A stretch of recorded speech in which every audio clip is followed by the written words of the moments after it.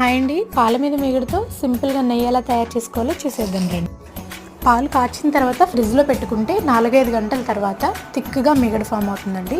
ఆ మీగడని తీసేసి ఒక బాక్స్లో స్టోర్ చేసుకొని ఫ్రిడ్జ్లో పెట్టుకోవాలి.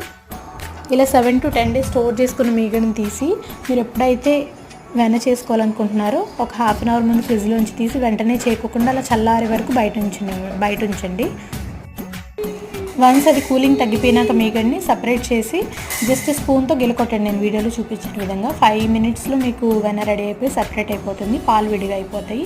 ఆ వెన్నని తీసేసి ఒకసారి క్లీన్ చేసి కరగబెట్టేసేయండి. కరగబెట్టేటప్పుడు కరివేపాకు ఆకులు వేయండి. మీకు నెయ్యి చాలా మంచి ఫ్లేవర్ వస్తుంది.